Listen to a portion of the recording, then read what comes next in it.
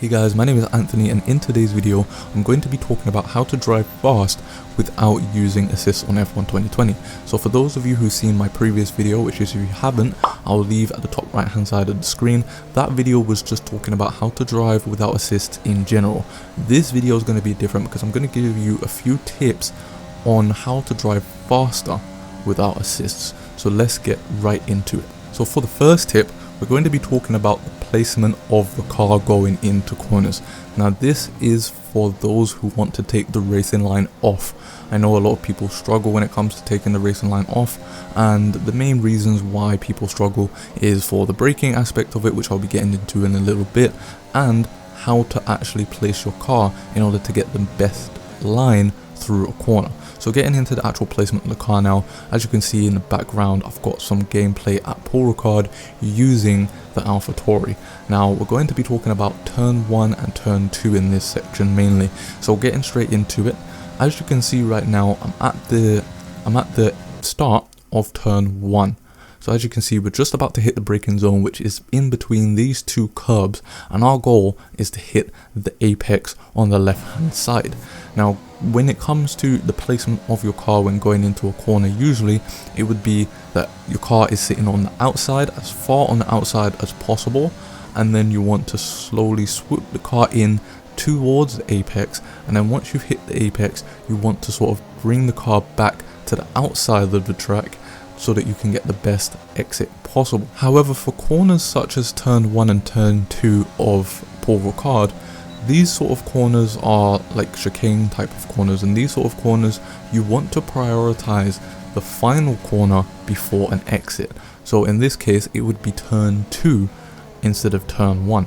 So at the start of turn 1, you're going to be on the outside of the track. You want to be as far on the outside of the track as you possibly can, and then you want to brake, go into the corner, hit the apex, and instead of going to outside of the track in order to get the best line in from turn 2, you're actually going to lose too much time doing that. So in this case, once you've hit the apex, you actually want to sort of place your car in the middle, roughly in the middle of the track, so that you can then attack that second corner a bit better, which gives you a better line out of the corner, which is what you want to prioritize because of the straight moving forward. If you lose time at the beginning of an exit on a straight, you're going to be losing time the entire time you're on that straight, which isn't going to be good, especially if you're going to be on a long straight. So moving on now to the corner before the long DRS straight on Paul Ricard. I'm not sure exactly what turn it is, but you guys will know which one I'm talking about because I'll have it in the background. This corner, it doesn't really involve braking, but this is a type of corner that you would take as you would take your regular average corner when it comes to racing on a track. So coming into the corner, we're on the sort of outside of the track, and then we swoop in towards the apex, and then once we've hit the apex, to get the best line out of that corner, we want to then place the car back on the outside of the track. And that's pretty much the principle when it comes to placement of the car. For your everyday average corner, like for example the two right-handers at Monza, you want to have the car on the outside, then hit the apex on the inside, and then place the car back on the outside to get the best exits. However, for corners such as chicanes, you want to prioritize the last exit before the corner. And then you've got corners such as the long right hand corner and the long left hand corner in the middle of sector 3 at Paul Ricard. These sort of corners require you to do something a little bit different. So as you can see in the gameplay behind me, we're going through the right hander first, and then we'll talk about the left hander after that.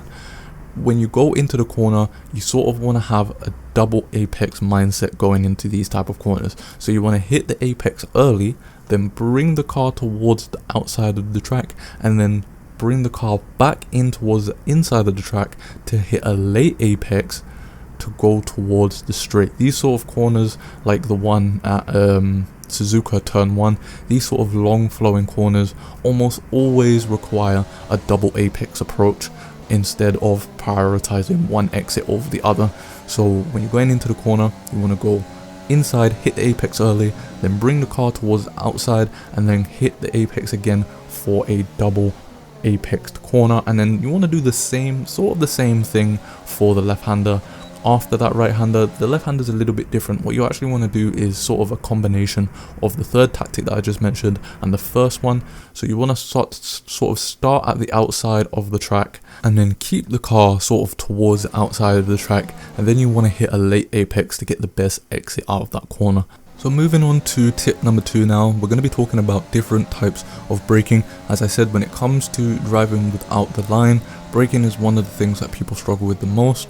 However, that's more of an issue of not knowing where your braking points are. So if you want to learn more about the braking points, I will suggest clicking the video at the top right hand side of the screen, and that will take you to my sort of how to brake without ABS sort of video. But to get into this, when it comes to different type of braking, when it comes to heavy braking zones, so for example turn 1 at Monza, or maybe I'm not sure what turn it is, but the turn that you do the left-hander after the back straight on Paul Ricard, those type of corners require a heavy braking zone, and usually an F1 car, they can brake pretty rapidly. You know, most heavy braking zones are only like 100 maybe to 130 meters, which is not a long time to go from like 300 kilometers an hour to 100 kilometers an hour. So there's a lot of brake force in these cars, and the car can only do so much when it comes to the grip of the car. So if you're trying to brake at 100% and turn as well, the car won't cope with that, and you'll end up locking up the car, and it will just end up shooting you past the corner or past the apex, and you just lose a lot of time. You end up with a lot of tire wear, and it's just not fun for anybody. So when it comes to these heavier braking zones, you want to brake in a complete straight line. This is the best way to get the most out of the brakes in the car.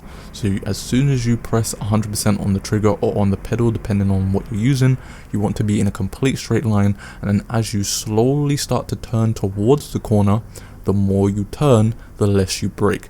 That's the sort of mindset I want you guys to have when it comes to heavy braking zones. The more you turn, the less you brake. So moving on to another type of corner now, let's say the right-hander that I was talking about previously. Those sort of corners are a little bit different.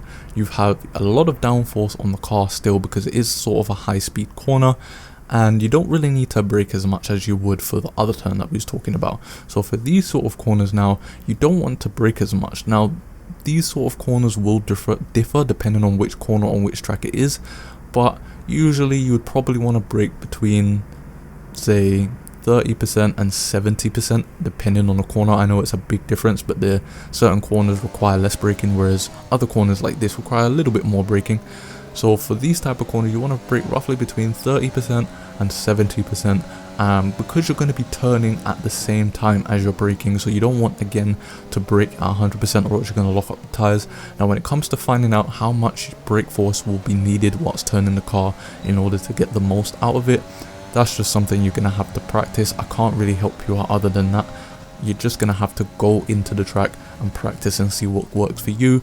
But usually you want to brake less and then turn, and then again, the more you turn, the less you brake. You know, these F1 cars, they do have a lot of downforce, so you don't necessarily have to worry as much when it comes to some of the faster sort of speed corners where you still need to brake. So moving on to tip 3 now, we're going to be talking about acceleration. Now this tip is more for those who want to take traction control off. Traction control is probably one of the hardest things for people to get used to, especially at the beginning, because you know, you're so used to just slamming on the throttle, and that just won't run in an F1 car because of the amount of power that these cars can generate to the wheels. So I'm pretty sure a lot of you have probably taken off traction control, you've slammed on the pedal or you slammed on the trigger, and then you've spun out after going in the corner.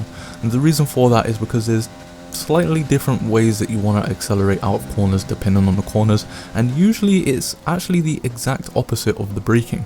So when it comes to acceleration, it's the opposite of braking. The less you turn, the more you put on the power, and that's pretty much the exact opposite to braking, where it's the more you turn, the less you brake. So when it comes to slower speed corners, when it comes to, say, the last corner at Paul Ricard, that's a pretty slow speed corner. The car doesn't really have a lot of downforce, and you're going at a very low speed. So once you put your foot on the gas or your finger on the trigger, there's going to be a lot of power generated to those rear wheels. So for those type of corners, you want to be very, very smooth. I'd say roughly, depending on the corner, that you want to sort of be, 30% of the throttle at first, and then as you sort of short shift up, because short shifting is the best way to get the maximum grip out of these tires, especially since the earlier you shift, the less sort of power is going towards the rear wheels. So as you shift up, you want to sort of slowly apply more and more pressure, but for those slower speed corners, you want to sort of put maybe about 30% of the throttle at first, and then you can start to sort of push down more and more as you sort of come out of the corner. But for sort of faster speed corners now, it's a little bit different. Because the cars have so much downforce, you can afford to put more throttle application onto the car. So for those type of corners now, so for example, the right-hander that we're always going at, that sort of corner, at first you can maybe apply 50% instead of 30%, and then again you want to be smoother as you sort of get towards 100%, because again the car can really snap on you at any point, and you don't want to just, as soon as you've reached 50, just then slam back down to 100, because again the car's not going to be ready for that, and you're going to end up getting a lot of oversteer and eventually spinning out. And then moving on to my final tip now, which is talking about downshifting and upshifting in manual gears. I know a lot of people tend to not understand manual gears at first, and then they sort of get used to it pretty quickly. It is easier to get used to using manual gears than it is to taking some of the other assists off.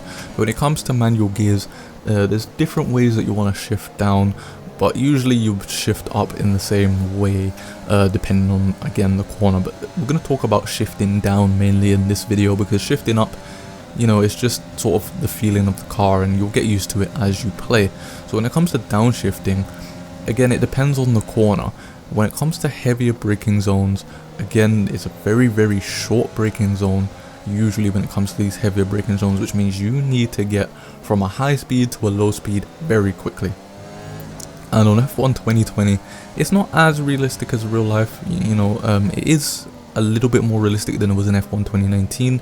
You can't shift down as quickly, but you can shift down pretty quickly, and that's what you're going to want to do when it comes to heavy braking zones. You're going to want to shift down as quickly as possible. So using the left-hander, or actually we'll use the first corner at Paul Ricard. For that corner, you want to shift down quickly from 8th gear to 5th gear, and then just about before you hit the apex, you want to do one last downshift to 4th gear, and that will give you, that little bit of extra rotation that everyone's talking about when it comes to F1 2020 that you need to really get the car in the right position for the second corner. But when it comes to sort of more long flowing corners, you actually want to be a little bit more slower with your downshifts, because if you downshift too quickly, then the car's going to turn in a bit too soon, and you don't want the car to turn in that soon when it comes to longer flowing corners like the right-hander in sector 3. So for that one, you don't want to downshift as much. You sort of want to downshift a little bit slower. Now this one is just going to, again, depend on the feel of the car. It's just something that you will sort of learn with practice. So just get into a time trial, or get into a practice mode on Grand Prix or something like that, and just start practicing, and you'll get the feel for it. And as you can see in the background footage, you can see I'm slowly shifting down the gears, and the reason why I do that is because I don't want to turn the car in too soon, which I would be if I shift down as quickly as I did in a heavy braking zone, because if I hit the apex too soon, I won't get the best exit possible. So if you want more tips on how to drive without assist, and mainly how to drive faster without assist, then make sure to hit the like button and subscribe to the channel. Please let me know in the comment section how I can further improve the quality of these videos, because I want these videos to be as best quality for you, so that you guys can learn exactly the way that you want to. So I'll see you guys in the next video, and thank you so much for 200 subscribers.